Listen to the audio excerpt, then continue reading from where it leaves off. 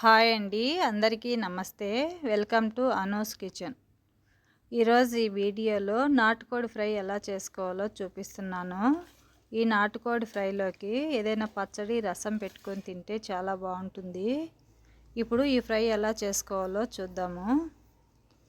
1/2 kilo నాటుకోడి ముక్కలు తీసుకొని ఒక గిన్నెలోకి వేసుకొని వాటర్ వేసుకొని 2-3 సార్లు బాగా కడుక్కోవాలి.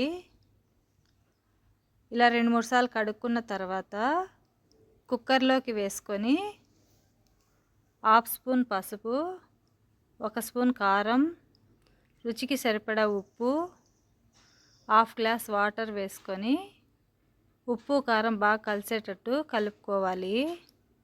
ఇప్పుడు కుక్కర్ మూత పెట్టుకొని మీడియం ఫ్లేమ్లో 6-7 విజిల్స్ వచ్చే వరకు ఉడికించుకోవాలి. 6-7 విజిల్స్ వచ్చిన తర్వాత స్టవ్ ఆఫ్ చేసుకొని పక్కన పెట్టుకొని చల్లారనివ్వాలి.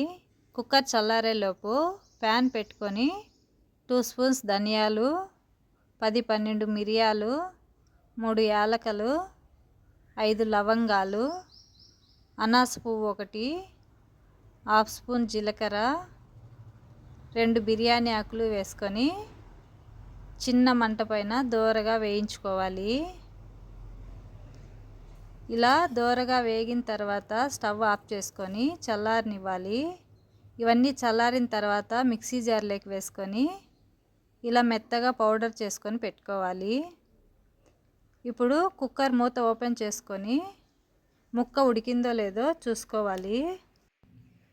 చికెన్ బాగా మెత్తగా ఉడికిపోయింది. ఇప్పుడు ప్యాన్ పెట్టుకొని 3-4 స్పూన్స్ ఆయిల్ వేసుకొని ఆయిల్ వేడిన తర్వాత సన్నగా కట్ చేసుకున్న ఒక ఆనియను, సన్నగా కట్ చేసుకున్న 2 పచ్చిమిరపకాయలు, కొద్దిగా కరివేపాకు వేసుకొని వేయించుకోవాలి. ఆనియన్ కాస్త వేగిన తర్వాత దంచి పెట్టుకున్న అల్లం వెల్లుల్లి వేసుకొని పచ్చివాసన పోయే వరకు వేయించుకోవాలి. అల్లం వెల్లుల్లి అప్పుడప్పుడు దంచి వేసుకుంటే టేస్ట్ బాగుంటుంది.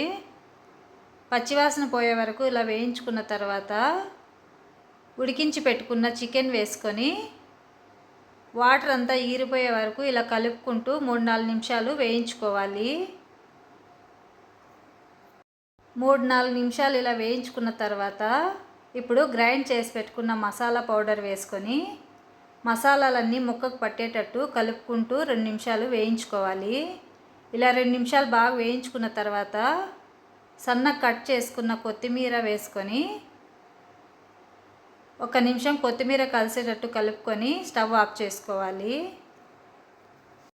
అంతే అండి, నాటుకోడి ఫ్రై రెడీ అయిపోయింది. ఈ వీడియో మీకు నచ్చినట్లయితే లైక్ చేయండి, షేర్ చేయండి. అలాగే ఇంతవరకు నా ఛానల్ సబ్స్క్రైబ్ చేసుకొని వాళ్ళు సబ్స్క్రైబ్ చేసుకోండి. Thank you for watching.